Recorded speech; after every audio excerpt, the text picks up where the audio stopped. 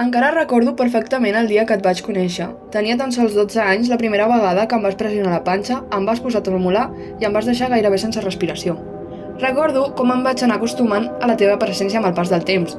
Recordo cada vegada que m'acompanyaves a classe, quan apareixies sobtadament cada vegada que tenia que sortir al carrer. Fins i tot recordo totes aquelles vegades que em vas portar a l'hospital. Tu sempre ets aquí, quan vull dormir, quan em dutxo, quan m'aixeco, quan intento estar amb algú més. Tu sempre m'acompanyes. Recordo quan la teva ambició va començar a treure'm el que era meu. Em treies el son, l'alegria, em treies la gent que estimava. Mai em vas deixar estar amb ells. Em vas treure les ganes d'esforçar-me i fins i tot els meus objectius. Vaig arribar a pensar que em trauries la meva vida. I saps què? Em vaig acostumar a tu, perquè t'odiava, però en el fons volia que continuessis amb mi.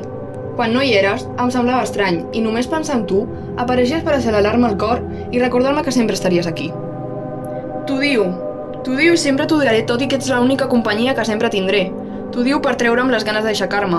T'ho diu per haver-me fet fer coses impensables. T'ho diu per haver-me fet créixer abans d'hora i t'ho diu per fer-me odiar-me a mi mateixa. T'ho diu per totes les vegades que em vas obligar a quedar-me amb tu, sabent que mai no vaig voler que apareguessis.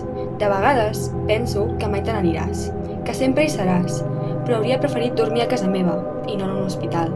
Hauria preferit no haver de posar-me una dessuadora en ple juliol.